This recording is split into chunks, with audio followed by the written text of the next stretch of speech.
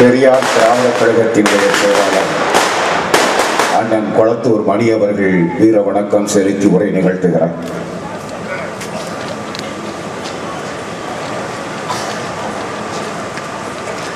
நடந்து கொண்டிருக்கிற மாவீரர் நாள் பொதுக்கூட்டத்தினுடைய தலைவர் அன்புக்குரிய தோழர் மணிமாறன் அவர்களே, இந்த நிகழ்ச்சியில் கலந்து கொண்டு உரையாற்ற இருக்கிற மறுமலர்ச்சி திராவிட முன்னேற்றக் கழகத்தின் பொதுச் செயலாளரும் ஒரு இரண்டு கிடக்கிற அரசியல் வானில் விடிவெள்ளியாய் திகழ்ந்து கொண்டிருக்கிற அன்புக்குரிய அண்ணன் வைகோ அவர்களே, உலகத் தமிழர் பேரமைப்பின் தலைவரும் இலங்கை தமிழர் பாதுகாப்பு இயக்கத்தின் தலைவருமான ஐயா நெடுமாறன் அவர்களே, மதிப்பிற்குரிய இனமான இயக்குனர் புகழேந்தி தங்கராஜ் அவர்களே, மறுமலர்ச்சி திராவிட முன்னேற்றக் கழகத்தின் தலைவர்களே, வருகின்றிருக்கிற பெருமக்களே, உங்கள் அனைவருக்கும் அன்பான வணக்கங்களை தெரிவித்துக் கொள்கிறேன்.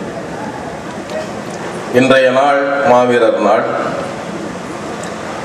இந்த நாளில்தான் விடுதலை புலி இயக்கத்தின் படை வீரர்களில் முதற் பள்ளி கொடுத்த நாள் இந்த நாள்தான். தொடர்ச்சியாக ஒவ்வொருவரும் மறைகிற போதெல்லாம் அவர்களுக்கு வீர வணக்க நாள் என்று எடுப்பதற்கு பதிலாக அறியப்பட்ட தளபதிகளுக்கு மட்டும் நினைவு நாளும் வீர வணக்க நாளும் எடுப்பதற்கு பதிலாக போர்க்களத்தில் இந்த விடுதலை போரில் மறைந்த அனைவருக்குமான ஒரு நாளைத்தான் தலைவர் பிரபாகரன் அவர்கள் 1989ஆம் ஆண்டில் இப்படி ஒரு மாவீரர் நாள் எடுக்க வேண்டும் என்பதை ஒரு வேண்டுகோளாக வைத்தார்கள். ஜூலியஸ் பூசி கூட தன்னுடைய தூக்குமேடை குறிப்புகளில் சொல்லுவார், நாடறிந்த தளபதிகளை காட்டிலும் முகம் தெரியாத அடையாளம் தெரியாத அந்த போராளிகளின் பங்கு குறைத்து மதிப்பிடக்கூடியதல்ல என்று தன்னுடைய நூலில் குறிப்பிடுவார்.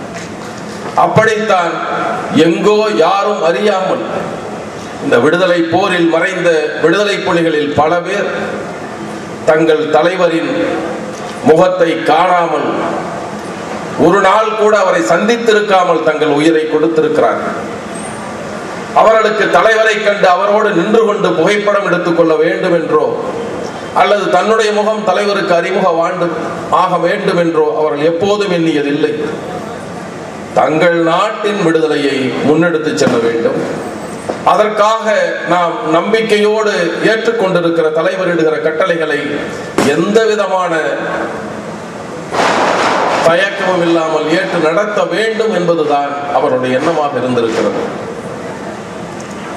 அப்படிப்பட்ட வீரர்களை நாம் நினைவு கூறுகிற இந்த நாளில் நாமும் அந்த ஈழம் குறித்து பலவற்றை சிந்திக்க வேண்டியவர்களாக இருக்கிறோம். தமிழீழ விடுதலை புலிகளை ஆயுத போராட்டம் உடனே எடுத்து விடவில்லை. எடுத்தவுடன் இந்த நாட்டு விடுதலைக்கு நாங்கள் ஆயுதம் எடுத்து போராடுகிறோம் என்று புலிகள் வந்துவிடவில்லை. நீண்ட நெடிய காலத்திற்காக சிங்களர்களால் அடிமைப்பட்டு கிடந்தாலும் வந்தேரி மக்களான சிங்களர்கள் அந்த மண்ணின் மைந்தர்களாகிய தமிழர்களை அடிமைப்படுத்தினார். வந்தேரிகளான ஆரியத்தின் ஆதிக்கத்திற்கு உட்பட்டு புரட்சியாளர் அம்பேத்கர் சொல்லுவார், ஒரு காலத்தில் இந்தியா முழுதும் பரவி வாழ்ந்தவர்கள் தமிழர்களே என்று சொல்லுவார். நாம் ஒரு ஓரத்தில் முடங்கிவிட்டதை போல அல்லது நாம் சிறுத்து விட்டதை போலத்தான் அங்கும் வந்தேரிகளால் அங்கு ஏற்பட்ட ஆரிய வழிவந்த அந்த சிங்களர்களால் நம்முடைய தமிழ் மக்களுடைய எல்லையும் குறைந்தது. அவர்கள் சிறுபான்மை மக்களாக ஆகி இவர்கள் வல்லாதிக்கம் செலுத்துகிற பேரினவாதமாக மாறினார்கள். இன்னும் குறிப்பிட்டு சொல்ல வேண்டும் என்றால் ஆங்கிலேயர்கள் அந்த நாட்டை விட்டு வெளியேறியதற்கு பின்னால் ஈழத்தமிழர்கள் அடைந்த துன்பங்கள் கொஞ்சமல்ல, துயரங்கள் கொஞ்சமல்ல. அவர்களுக்காக எழுந்த கட்டி எழுப்பப்பட்ட அரசியல் இயக்கங்களை சார்ந்த முன்னணி தலைவர்கள் எல்லாம் தொடக்கத்தில் அவர்களிடம் இணங்கி போய் உரிமை பெறலாம் என்று கருதினார்கள். முடியாத போது கொஞ்சம் பேர் பிரிந்து வந்து தனி அமைப்பு கட்டினார்கள், தமிழரசு கட்சி. அதற்கு கூட ஆங்கிலத்தில் பெடரல் பார்ட்டி என்றுதான் பெயர் சூட்டினார்கள். தமிழர்களும் சிங்களர்களுமாக இரண்டு நாடுகள் அமைத்து ஒரு கூட்டாட்சி நாடாக இலங்கை திகழட்டும் என்றுதான் கருதினார்கள்.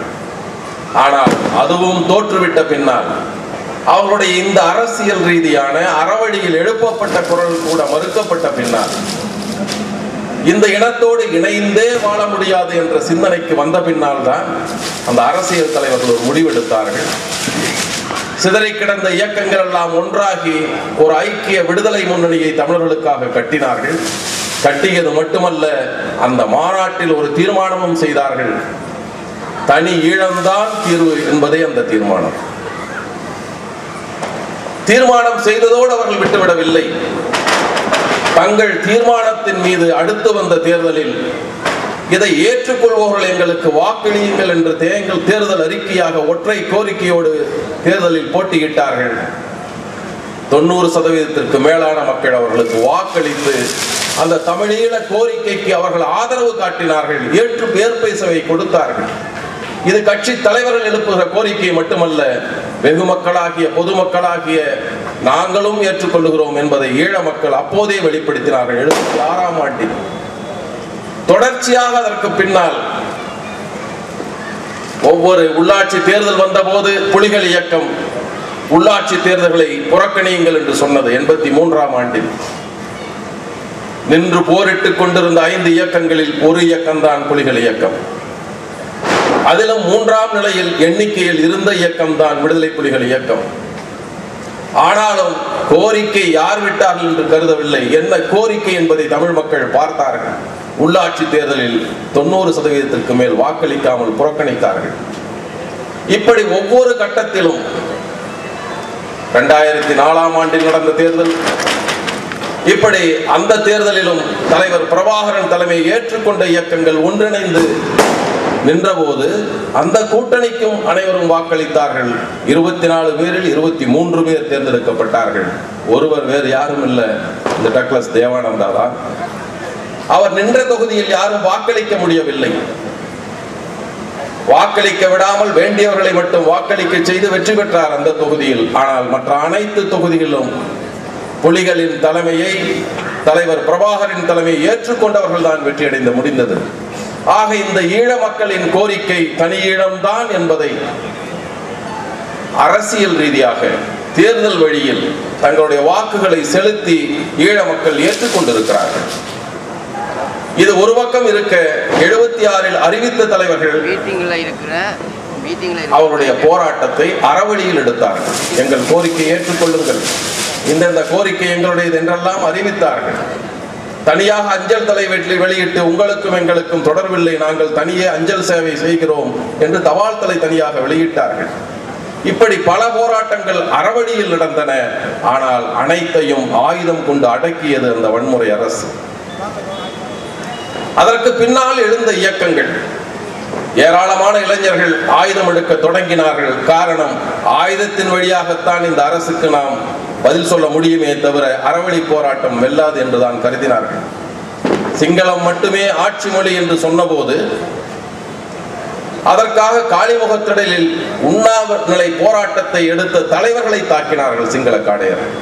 அவர்கள் ஒன்றும் போராடவில்லை, ஆயுதம் தூக்கவில்லை, அமைதியாக அமர்ந்து உண்ணாநிலை போராட்டத்தை எடுத்தவர்களை தாக்கினார்கள். தாக்கியது மட்டுமல்ல, அருகில் இருந்த ஆற்றில் பல பேரை தூக்கி வீசினார்கள். இதையெல்லாம் பார்த்து குமரி போன இளைஞர்கள் தான் ஆயுதம் எடுத்தார்கள். ஆயுதம் எடுத்து பல பேர் வந்தார்கள். காலப்போக்கில் பலர் திசை மாறி போனார்கள். பல பேர் எதிர் திசையில் வர தொடங்கினார்கள். ஆனாலும் விடுதலை புலிகள் இயக்கம் ஒன்று மட்டுமே இறுதி வரை தொடர்ச்சியாக வீரியம் கொன்றாமல் அந்த விடுதலை போரை எடுத்துச் சென்றது. மக்களின் பேராதரவோடு. உறுப்பினராக இருந்த புலிகள் மட்டும் போராடவில்லை, அவர்களுக்கு துணையாக இருந்த மக்களும் சேர்ந்துதான் போராடினார்கள். அவர்களை மறைத்து தங்க வைத்தார்கள், உணவளித்தார்கள், வேண்டியவற்றை செய்தார்கள், இடம் மாறுவதற்கு உதவி செய்தார்கள், எல்லாம் செய்தார்கள். மக்களும் இணைந்து நடந்திய அந்த போராட்டம்,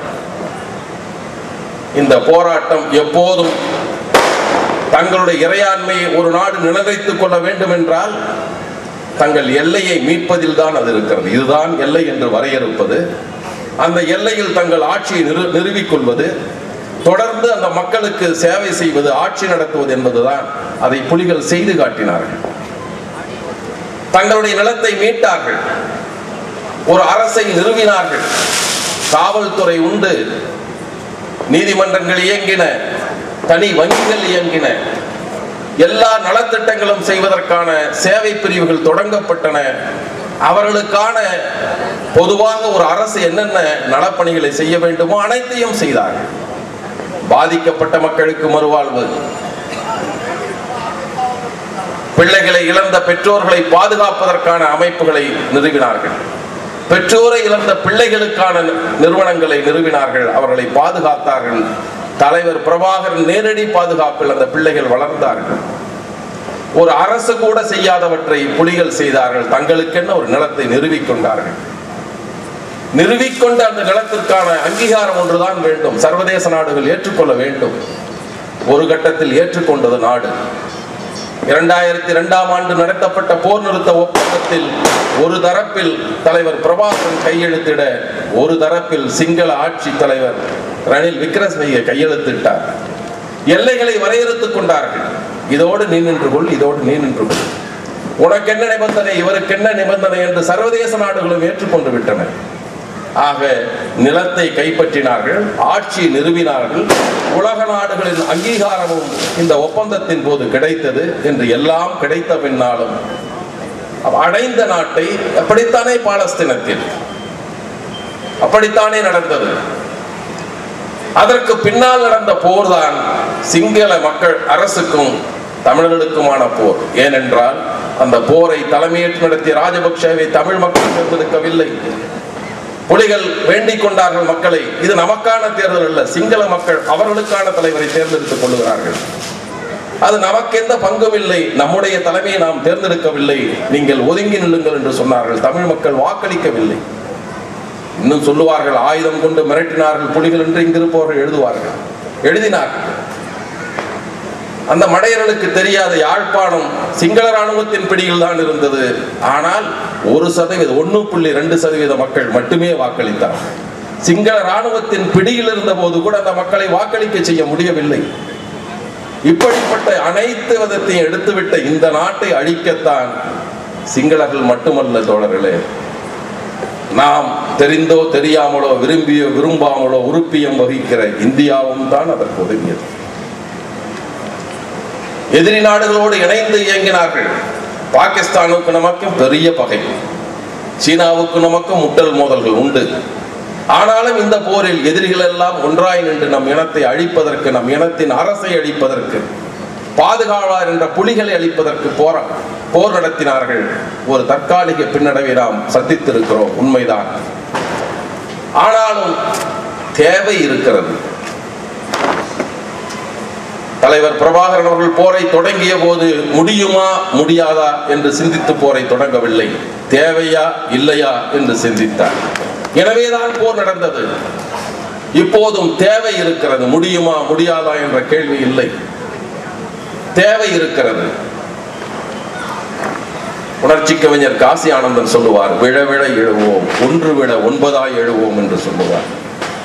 ஆயிரக்கணக்கான புலிகள் மறைந்திருக்கிறார்கள், அப்பாவி மக்கள் இறந்திருக்கிறார்கள், போருக்கு சற்றும் தொடர்பே இல்லாத மக்கள். புலிகள் எப்போதும் போர் இலக்குகளை மட்டும் தாக்கி இருக்கிறார்கள், பொருளாதார இலக்குகளை, வங்கிகளை, அந்த வணிக மையத்தை தாக்கி இருக்கிறார்கள். இயக்குனர் புகழேந்தி தங்கராஜ் அவர்கள் தெளிவாக சொன்னார்கள், ஒரு குடிமகன், சிங்கள குடிமகன் கூட நம் போரில் இறந்துவிடக் கூடாது என்பது குறியாக இருந்த இந்த தமிழ் மக்களின் இராணுவத்தின் மீது நடத்திய தாக்குதலில் கணக்கில்லாத அப்பாவி பொதுமக்கள் கொல்லப்பட்டார்கள். உலக நாட்டின் எந்த விதியும் பின்பற்றப்படவில்லை. போர் முடிந்தது, சரி, நீங்கள் எதிரியாக சொன்ன, பயங்கரவாதியாக சொன்ன விடுதலை புலிகள் அழித்து விட்டீர்கள். யார் பயங்கரவாதி என்றால் ஒரு தனி சிங்கள குடிமகனையும் கொல்லாத புலிகள் பயங்கரவாதிகள். ஆனால் லட்சக்கணக்கான தமிழ் மக்களை கொன்றவன் அரச பிரதிநிதி, அவனிருந்து பேசுகிறான். உலக நாடுகள் அவனை பாராட்டி தீர்மானம் இயற்றினார்கள். கேட்டிலும் கேடு, அவமானத்திலும் அவமானம். போர் முடிந்த ஒரு வாரத்தில் இலங்கை அரசை பாராட்டி ஒரு தீர்மானத்தை மனித உரிமைகள் அமைப்பில், ஐநாவின் மனித உரிமை மன்றத்தில் கொண்டு வந்தார்கள். இந்தியா முன்னின்று அதற்கு வெற்றியை தேடி தந்தது தோழர்களே. ஒரு குடிமகனுக்கும் பாதிப்பில்லாமல் நிகழ்த்தப்பட்ட போர், 0 சிவிலியன் கேஷுவாலிட்டி என்று சொன்னார்கள். அப்படித்தான் அவர்கள் தீர்மானம் நிறைவேற்றினார்கள், பாராட்டினார்கள். ஒரு பயங்கரவாத பிடியிலிருந்து தமிழ் மக்களை மீட்டதற்காக இளங்கரசி பாராட்டினார்கள். உங்களுக்கு உதவி செய்வோம் என்று உறுதி சொன்னார்கள். ஆனால் இந்த 3 ஆண்டுகள் என்ன நடந்திருக்கிறது? ஏதேனும் தொடர்ந்து உதவிகள் அவளுக்கு செய்யப்பட்டிருக்கிறதா? மறுவாழ்வு பணி செய்யப்பட்டிருக்கிறதா? தங்கள் சொந்த இடத்தில் குடியிருப்பதற்கு இன்னும் தமிழ் மக்கள் சொந்த இடத்திற்கு போய் சேரவே இல்லை. 2009 போர் முடிந்து 3 ஆண்டுகள் முடிந்த பின்னாலும் கூட இன்று வரை தங்கள் சொந்த நிலத்திற்கு செல்ல முடியாதவர்களாக தமிழ் மக்கள் இருக்கிறார்கள். அவர்களுக்கெல்லாம் வீடு கட்டி தருகிறோம் என்று ஏராளமான பணத்தை இந்திய அரசு வாரிக்கு வழங்கி கொண்டிருக்கிறது. ஆனால் கட்டப்பட்ட வீட்டில் ஒரு தமிழ் மகனும் குடியிருத்தப்படவில்லை. அல்லது அங்கு வாழ்கிற மீனவர்கள் தங்கள் வாழ்வு ஆதாரத்திற்கு 2002ஆம் ஆண்டு போடப்பட்ட அந்த நார்வேயின் ஓஸ்லோ ஒப்பந்தத்தில் சொன்னார்கள் 3 மாதத்திற்குள் பகலில் மீன்பிடிக்கலாம், 6 மாதத்துக்கு பின்னால் பகலிலும் இரவிலும் மீன்பிடிக்கலாம் என்று சொன்னார்கள். 2002 போடப்பட்ட ஒப்பந்தம் 2012 வரை இன்று வரை தமிழக மீனவர்கள், ஈழத்தமிழ் மீனவர்கள் மீன்பிடிக்க செல்ல முடியவில்லை. அதற்கான எந்த உதவியும் இந்திய அரசு செய்யவில்லை. ஆனால் போருக்கு துணை நின்றார்கள். தங்கள் இல்ல வீடுகளுக்கு திரும்ப முடியாத தமிழர்கள் இன்னும் இருக்கிறார்கள். அதற்கு எதுவும் பேசாதவர்கள் இன்றும் இலங்கைக்கு ஆதரவாக பேசிக் கொண்டிருக்கிறார்கள். அல்லது இது முடிந்த பின்னால் அதற்காக ஐநா மன்றத்தில் இதை பற்றி தீர்மானம் வருகிற போதெல்லாம் அதை பேசியது ஐநாவின் அறிக்கை கூட சொன்னார்கள். போர் குற்றங்களைத்தான் சொன்னார்கள். நாம் அனைவரும் சொன்னோம், இல்லை அங்கு நடந்தது போர் குற்றம் மட்டுமல்ல, இனப்படுகொலை என்று சொன்னோம். அங்கு நடந்தது சிங்கள ராணுவம் மட்டுமே, சிங்களர்கள் மட்டுமே அடங்கிய ராணுவம், சிங்கள மக்களால் மட்டுமே தேர்ந்தெடுக்கப்பட்ட அந்த குடியரசுத் தலைவரின் ஆணையை ஏற்று கொன்றது தமிழ் மக்களை மட்டுமே என்ற போது அது இனப்படுகொலை இல்லாமல் என்ன? ஆனால் எளிய மக்களாகிய நமக்கு தெரிந்தது ஐநா மன்றத்திற்கு, அவர்கள் அதிகாரிகளுக்கு, வல்லுநர்களுக்கு தெரியாமல் போனது. இனப்படுகொலை அவர்கள் இன்றை வரை ஏற்றுக்கொள்ளவில்லை. நடந்தது இனப்படுகொலை என்று சொல்லுகிறோம். அப்போது நடந்தது மட்டுமல்ல, மக்கள் மட்டும் கொல்லப்பட்டார்கள். அதற்கு பின்னால் அவர்கள் நிலங்கள் பறிக்கப்பட்டிருக்கிறது, வீடுகள் பறிக்கப்பட்டிருக்கின்றன அல்லது கிடைக்காமல் செய்யப்பட்டிருக்கின்றன. அதைத்தான் அவர்கள் சொன்னார்கள், அமைப்பு ரீதியான இனப்படுகொலை என்று சொன்னார்கள். பௌத்த மதத்தை அறியாத தமிழ் மக்கள் நலத்தில் பௌத்த கோயில்கள் நிறுவப்படுகின்றன. அதை சொன்னார்கள். பண்பாட்டு படுகொலை நிகழ்ந்து கொண்டிருக்கிறது, உளவியல் இனப்படுகொலை நடந்து கொண்டிருக்கிறது, பல்வேறு படுகொலை செய்து கொண்டிருக்கிறார்கள். இதற்கெல்லாம் தீர்வு நாம் தனியீழம் என்கிறோம். ஈழ மக்கள் எப்போதும் அந்நியர் வருகைக்கு முன்னால் தனி ஆட்சி நடத்தியவர்கள் தான். இல்ல வருகைக்கு பின்னால் அவர்கள் சென்றதற்கு பின்னால் நடந்த தேர்தலில் தனி நாட்டுக்கான இறையாண்மைக்கான அங்கீகாரத்தை மக்களிடம் பெற்றதுதான் தமிழீழ அரசு. அல்லது வரலாற்று ரீதியான அந்த இறையாண்மையை பெற்றது மட்டுமல்ல, புலிகள் போராடி அந்த இறையாண்மையை மீண்டும் நிறுவிக் கொண்டார்கள். எங்களுக்கான அரசு, எங்கள் மக்களுக்கான அரசு என்று நிறுவிக் கொண்டார்கள். இப்போது நாம் கேட்கிறோம், தீர்வுக்கான இறையாண்மையை கேட்கிறோம். இனப்படுகொலை நடந்த நாடுகளில் எல்லாம் நடந்திருப்பதை போல பொது வாக்கெடுப்பு நடத்துங்கள். அந்த மக்களுடைய விருப்பம் என்னவென்று தெரிந்து கொள்ளுங்கள். அதற்கான உதவிகளை நீங்கள் செய்யுங்கள் என்றுதான் உலக நாட்டை நாம் கேட்டுக்கொண்டிருக்கிறோம். இந்த வேளையில் தான் இந்த போர் விடுதலை போரில், ஆயுத போரில் தங்களை ஈகம் செய்த அந்த மாவீரர்களுக்கு நாம் இறுதி வணக்கம், வீர வணக்கம் செல்லுகிற இந்த நாளில் நாம் கூடி நிற்கிறோம். அந்த போரில் இறந்து போன ஒவ்வொரு புலியையும் நாம் எண்ணி பார்க்கிறோம். சாதாரணமான தங்களை அறிந்தே நாம் இறப்போம் என்று அறிந்தேதான் அந்த போரில் நடந்தார்கள். இந்த போரின் போது தாங்கள் தப்பி வந்து விடுவோம் என்று போராட்டத்திற்கு செல்லவில்லை. பலருடைய வரலாற்றை படிக்கிற போது நாம் தெரிந்து கொள்ள முடியும். நான் சிலவரை உங்களிடம் நினைவூட்ட விரும்புகிறேன் தோழர்களே. கரும்புலிகள் என்று வந்தார்கள். அவர்கள் போருக்கு என்று புறப்பட்டு விட்டால் தங்கள் உயிர் இருக்காது என்று தெரியும். தாங்கள் காற்றோடு கரைந்து விடுவோம் என்று தெரியும். ஆனால் மகிழ்ச்சியோடு போனார்கள். அதை பற்றி கவலைப்படாமல் பல வீரர்களை பார்க்கிறோம். அவரெல்லாம் போகிற போதெல்லாம் ஒரு தங்களுக்கான சீருடையை தோழர்களிடம் கொடுத்து விட்டு செல்வது உண்டாம். குறிப்பாக இப்போது வந்த வரலாற்றில் இருக்கிற சில கின்னி என்ற ஒரு போர் தளபதி தன்னுடைய நண்பர்களிடம் இந்த சீருடையை தான் முழு உடலாக நான் கிடைத்தால் போட வேண்டும் என்று சொல்லி எடுத்து கொடுத்து விட்டு போருக்கு போனதாக நாம் படிக்கிறோம். பெரிய தளபதிகள் மட்டுமல்ல, சின்னஞ்சிறு வீரர்கள் கூட. காலையில் கூட ஒரு நினைத்துக் கொண்டு நான் சொன்னேன், அன்பு என்ற ஒரு இளைஞன், மிக உயரமான உடல் கொண்ட ஒரு நெடிய நிமிர்ந்த உருவம் கொண்டவன். அவருக்கு ராக்கெட் லாஞ்சரை எடுத்து செல்வதுதான் அவருக்குள்ள வேலை. பேரையர் லோஞ்சர் அன்பு என்று சொல்லுவார், லோஞ்சர் அன்பு என்றுதான் சொல்லுவார்கள். ஒரு நாள் அவன் படுத்து கிடக்கிறான், தன்னுடைய ஓய்வெடுத்துக் கொண்டிருக்கிறான். இடுப்பில் கைகுண்டு இருக்கிறது. திரும்பி படுக்கிற போது கைக்குண்டு பாயின் அந்த ஒரு பாயினுடைய கோரை, அந்த சேஃப்டி கிளிப் என்று சொல்லுவார்கள், அதில் மாட்டி அதை விடுவித்து விடுகிறது. விடுவித்து விட்ட 4 வினாடிகள் வெடிக்கும் என்று அவனுக்கு தெரியும். அதை தூக்கி வெளியே வீசி எறிந்து விட்டால் தப்பிக்கொள்ளலாம் என்பதும் அவனுக்கு தெரியும். அப்படித்தான் நினைக்கிறான், தூக்கி வீசி விடலாம் என்று நினைக்கிறான். வெளியே வாயிலில் உட்கார்ந்து கிட்டு உணவு, தளபதி கிட்டு உணவருந்தி கொண்டிருக்கிறான். இருக்கிற 4 வினாடிகள் அவன் சிந்திக்கிறான், நாம் தப்பித்துக் கொள்வதா அல்லது இந்த நாட்டுக்கு தேவையான தளபதி உயிர் வாழ வேண்டுமா என்று நினைக்கிறான். கிட்டனா என்று குரல் எழுப்பிவிட்டு அந்த கைக்குண்டை தன் கீழே வைத்து அதன் மீது கமந்து படுத்துக் கொள்கிறான். வெடிக்கிற கைகுண்டில் சிதறி போகிறான். அந்த போர் வீரன் எல்லாம் தன் உயிரை எண்ணவில்லை, இந்த நாட்டு விடுதலையை விரும்பினான். விடுதலையை முன்னெடுத்து செல்லத்தக்க தீரமிக்க தளபதிகளை நினைத்தான். அவர்களை காக்க வேண்டும், நாட்டை காக்க வேண்டும். பல பேரை சொல்லிக்கொண்டே போகலாம் தோழர்களே. அப்படிப்பட்ட மாவீரர்களுடைய நாளில் தான் நாம் அவர்களுக்கு வீர வணக்கம் செலுத்த கூடி நிற்கிறோம். அந்த முதல் மாவீரனை பற்றி ஐயா நெடுமாறன் அவர்கள் சொன்னார்கள். ஏதோ அறிமுகமில்லாத ஒருவரை போல அழைத்து சென்று சான்றிதழ் வாங்கி கொண்டு அவர்களை அடக்கம் செய்வதற்கு சென்ற தோழரை நான் பார்த்தேன் உள்ளே நுழைந்த போது. அந்த இறுதி மரியாதையில் கலந்து கொண்டவர் ஒருவர் தான் ஐயா நெடுமாறன், முதல் மாவீரனுக்கு. அதற்கு பின்னால் அந்த இயக்கம் இங்கு இயங்கிய போது அவர்களுக்கு துணையாக நின்றவர்களில் தலையாயவர் தான் இங்கு அமர்ந்திருக்கிற தலைவர் வைகோ அவர்கள். இப்படி பல பேர் இருக்கிறார்கள். அந்த இயக்கத்திற்காக, அந்த விடுதலை இயக்கம் இங்கு நடத்த வேண்டும் என்பதற்காக உழைத்தவர்கள், போராடியவர்கள், துன்பப்பட்டவர்கள், துயரப்பட்டவர்கள், அடக்கப்பட்டவர்கள், ஒடுக்கப்பட்டவர்கள் எல்லாம் இன்னும் வாழ்ந்து கொண்டிருக்கிறார்கள். அவர்கள் எல்லாம் இப்போது பரிகசிக்கப்படுகிற திராவிடர் இயக்கத்தை சார்ந்தவர்கள் தான் பெரும்பாலானோர்கள். ஆனால் நேற்று பெய்த மழையில் இன்று முளைத்த காளான்கள் எல்லாம் விமர்சனம் செய்கிறார்கள். ஏதோ திடீரென்று வந்தவர்கள் ஈழத்தை பெற்றுத் தருவதைப் போல தேவையற்ற விமர்சனங்களை இப்ப நாம் சந்தித்துக் கொண்டிருக்கிறோம். இருக்கலாம், திராவிடர் இயக்கத்தில் குறைகள் இருக்கலாம்.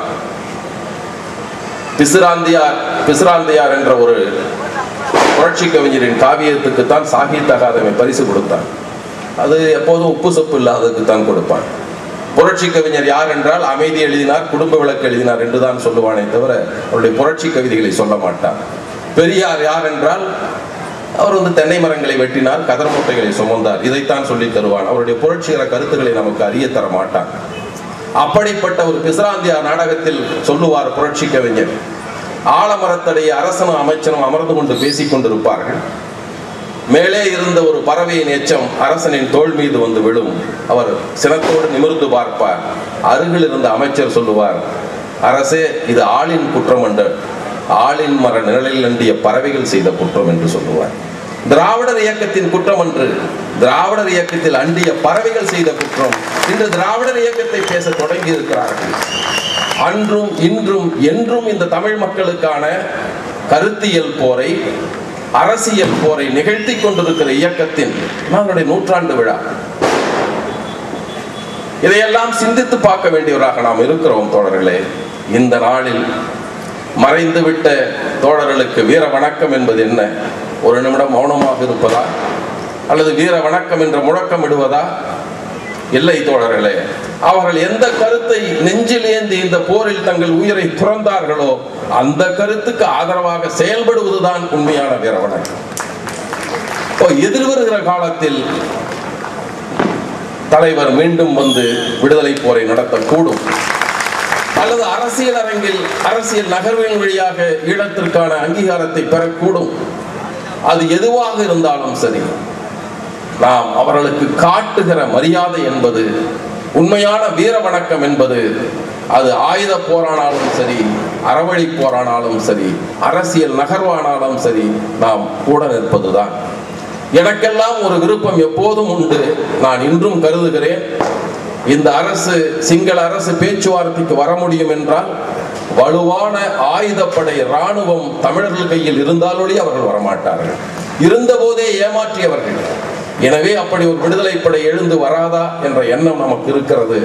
ஆனால் அது நிறைவேறும் என்ற நம்பிக்கை இருக்கிறது. காரணம், விடுதலை வேட்கை மிகுந்த மக்களாக ஈழ மக்கள் இன்றும் இருக்கிறார்கள். அவர்கள் முகாம்களில் அடைபட்டு கிடந்தாலும் சரி, சிறைகளில் கிடந்தாலும் சரி, அவர் நெஞ்சத்தில் கடந்து கொண்டிருக்கிற அந்த விடுதலை கனலுக்கு நாமும் துணை நிற்போம், நெய்யூற்றுவோம் என்று கூறி, மறைந்த மாவீரர்களுக்கு, இடையில் போர் இடையில் சிக்கி மறைந்து போன பொதுமக்களுக்கு அனைவருக்குமான என்னுடைய வீர வணக்கங்களை செலுத்தி விடைபெறுகிறேன். நன்றி. அடுத்து